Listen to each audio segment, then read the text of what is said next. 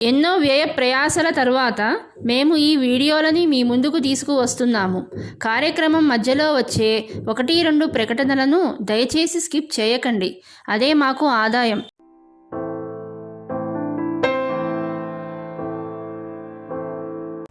గోదాదేవి దక్షిణ భారతదేశంలోని శ్రీవిల్లిపుత్తూరు అని పట్టణంలో అవతరించిందన్నమాట.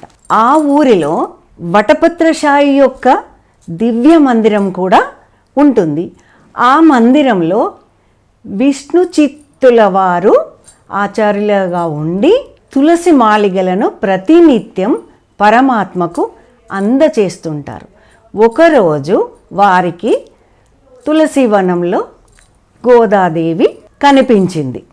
గోదాదేవి తులసి వనంలో ఆవిర్భవించింది కాబట్టి ఆమెకు మాలిగ అనే పేరు పెట్టారు.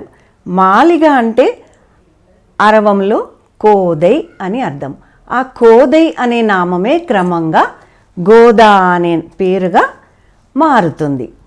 ప్రతినిత్యము విష్ణు చిత్తుల వారు తీసుకువెళ్ళే మాలిగలని ఈ గోదాదేవి ఎదుగుతూ కొంచెం చిన్న వయసుకు వచ్చేసరికి ఈ మాలిగలను తను ధరించి మళ్ళీ యథాప్రకారం తండ్రి గారు తీసుకువెళ్ళే బుట్టలో పెడుతోందన్నమాట.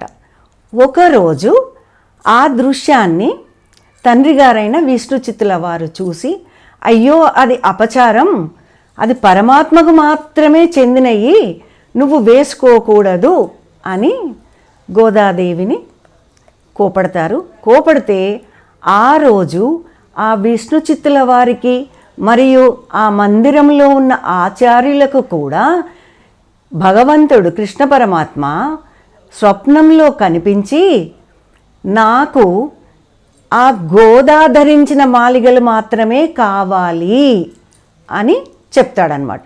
చెప్తే అప్పుడు విష్ణు చిత్తుల వారు, అమ్మా గోదాదేవి అంటే మానవ పుత్రిక కాదు, నువ్వే ఆ భగవంతుని పరమాత్మ తల్లివైన నువ్వు నాకు పుత్రికగా వచ్చి నన్ను ఉద్ధరించడానికి వచ్చావా తల్లి అని తండ్రి గారు చేస్తుంటాడు. ప్రతిరోజు కూడా అప్పటి నుండి ఈ గోదాదేవి తన మాలికలను తులసి మాలికలను ధరించి నూతిలో తన అందాన్ని ప్రతినిత్యం చూసుకుంటుందంట. అంటే అప్పుడు ఈ పెద్ద పెద్ద అద్దాలు అవి ఆ కాలంలో చాలా తక్కువ అందుబాటులో ఉండేవేమో, అందుకని తన నూతిలో చూసుకొని నేను కూడా భగవంతుని రూపముగా ఎందుకు కాకూడదు అని భగవంతుణ్ణి ప్రతిరోజు నిత్యం ఆచరిస్తుంటుంది. ఆమె ధరించిన మాలికలు మాత్రమే భగవంతునికి అర్పిస్తారు. ఈ మాలికలను ఇచ్చింది కనుక తనకు అప్పటి నుండి ఆముక్త మాల్యద అని పేరు కూడా ఉంది. ద్రావిడంలో చూడి కొడుత్త నాచియార్ అంటారు. చిన్నప్పుడు తులసి వనంలో లభించింది కనుక తులసి వంటి యోగ్యతలు గోదాకి లభించాయి. అంటే తులసి మొక్క ఇప్పుడు సహజంగా పరిమళిస్తూ ఉంటుంది కదా, వేర్ల నుండి చివర కొమ్మలు, దాని పువ్వు, ఆకు ప్రతిదీ పరిమళం ఉంటుంది కదా. అలాగే గోదాదేవి మనసు నిండా కూడా శ్రీకృష్ణ పరమాత్ముడు తప్ప వేరే ఆలోచన గోదాకి కలగడం లేదన్నమాట. ప్రతినిత్యం గోదాదేవి ప్రతినిత్యం కూడా తండ్రి గారైన విష్ణు చిత్తుని వద్ద భాగవత కథలను వింటూ ఉంటుంది. వింటూ తను కూడా భగవంతుణ్ణి చేరేది ఎలాగా అని తండ్రి గారిని ప్రశ్నిస్తుంది. అప్పుడు తండ్రి గారు ఏం చెప్తారు, భగవంతుణ్ణి చేరడం అంటే ఈ కలికాలంలో మనం చేరలేము, కానీ అర్చామూర్తిగా మాత్రం ప్రతినిత్యం అర్చించవచ్చు అని చెప్తాడు. అప్పుడు మరి అర్చామూర్తిగా అర్చించవచ్చు అని అంటే ఎక్కడ ఉన్నారు వాళ్ళు, ఎవరెవరు ఉన్నారంటే ఇప్పుడు 108 దివ్య దేశాల గురించి విష్ణు చిత్తుల వారు గోదాదేవికి విన్నవిస్తారు.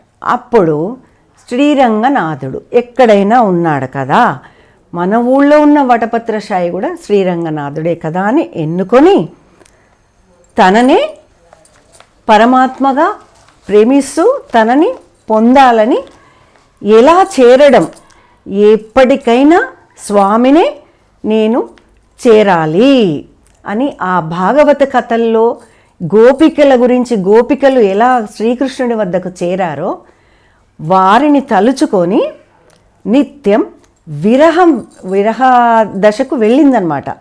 ఆ విరహంలోనే తట్టుకొని ఒకరోజు తండ్రి గారైన విష్ణు చిత్తుల వారిని, ఎలా పొందారు నాన్నగారు గోపికలు శ్రీకృష్ణుని ఎలా పొందారు, ఎవరైనా పొందవచ్చా, నేను కూడా పొందవచ్చా అని అంటే పొందవచ్చు, గోపికలు కూడా ఇలాగే విరహంతో వేగి ఓపికతో పరమాత్మను చేరుకోగలిగారు అని భాగవతం చెప్పుతున్నప్పుడు విని తను కూడా ఆ గోపికలని అనుసరించాలని తను ఆచరణలోకి తీసుకురావాలని ఆలోచించి మొదలు పెడుతుందన్నమాట. తను బ్రాహ్మణ స్త్రీ, గోపికలనే పరమాత్ముడు అనుగ్రహించాడు. నన్ను ఎలా అనుగ్రహించాడు, నేను కూడా గోపికల్లాగానే గోపికలను అనుకరిస్తూ స్వామిని పొందుతాను అని అనుకుంటుంది. ఎవరైనా కూడా అహంకారం, గర్వం లేకుంటేనే త్వరగా పరమాత్మను చేరుకోగలుగుతాం. అహంకారం, గర్వం ఉన్నట్లయితే పరమాత్మని మనం చేరుకోలేము. ఇది విన్న గోద తను కూడా ఒక గోపెమ్మగా భావించుకొని ఆనాటి నుండి గోపికలనందరినీ కూడగట్టుకొని 30 రోజులు ఆచరించిన వ్రతమే తిరుప్పావై వ్రతం. దీనికి ఇంకొక పేరు కూడా అంటారండి, స్నాన వ్రతం అని కూడా అంటారు. స్నాన వ్రతం అంటే ఏంటో మనం ముందు పాశురాల్లో తెలుసుకుందాం. ఇందులో మనకి ఏం గోచరిస్తుందంటే అమ్మవారు ఈ వ్రతం చేయడానికి ప్రేరణ కలిగించింది తండ్రి గారైన విష్ణు చిత్తుల వారే అని మనం అర్థం చేసుకోవచ్చు. భగవంతుడే వారిని కోరి వారికి తన స్వరూపాన్ని చూపించారు. గోపికలకు ఇది చూపించారు కదా. అయితే ఆ చూపించిన వైనము గోదాదేవి ఎలా అర్థం చేసుకుందంటే, ఆ భగవంతుని యొక్క సౌందర్యాన్ని, సౌకుమార్యాన్ని తెలుసుకున్న గోద వేదాల్లో కూడా ఆయనకున్న కళ్యాణ గుణ సంపదని తెలుసుకున్నది కాబట్టి ఈ మానవుల కంట్లో పడి ఎక్కడ దిష్టి తగులుతుందో అని చెప్పి ఆ భయంతో మంగళం పాడిన వారు పరమ భక్తి శిఖామైన ఆ గోదాదేవి మరియు గోపికలు. ఇప్పుడు మనం దీని గురించి తెలుసుకున్నాం కదా, ఒక్కొక్క పాశురం చొప్పున తెలుసుకుందాం. పాశురము అంటే అరవంలో పాశురం అంటారు, సంస్కృతంలో స్తోత్రము అంటారు. ఒక్కొక్క స్తోత్రం ఒక్కొక్క రోజు గానం చేసుకుంటూ దాని అర్థాన్ని తెలుసుకొని సులభమైన పద్ధతిలో మీకు నేర్పిస్తాను. ధనుర్మాస పాశురాలను మీ ముందుకు తీసుకువస్తున్నందుకు వెలుగువైపు ప్రయాణం ఛానల్ ద్వారా మాకెంతో సంతోషంగా ఉంది.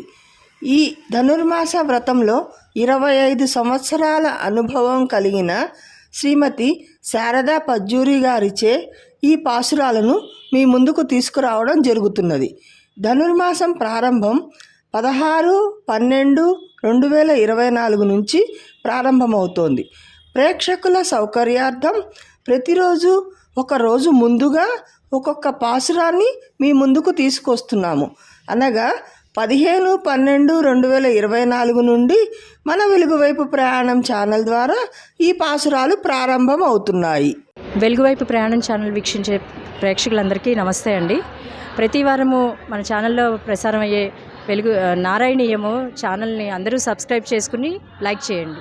మన ఛానల్లో ప్రసారమవుతున్న అన్ని భక్తి కార్యక్రమాలు మరియు ఇతర కార్యక్రమాల లింకు మీ మొబైల్కి రావాలి అనుకుంటే డిస్క్రిప్షన్లో ఉన్న మా వాట్సాప్ గ్రూప్లో జాయిన్ అవ్వండి. అన్ని భక్తి కార్యక్రమాలు మిస్ కాకుండా వీక్షించండి. ఆ భగవంతుని కృపకు, కరుణకు పాత్రులవ్వండి. మా కార్యక్రమాలను వాట్సాప్ గ్రూప్లోను, టెలిగ్రామ్ గ్రూప్లోను మరియు ఫేస్బుక్ పేజ్లోను కూడా వీక్షించవచ్చు.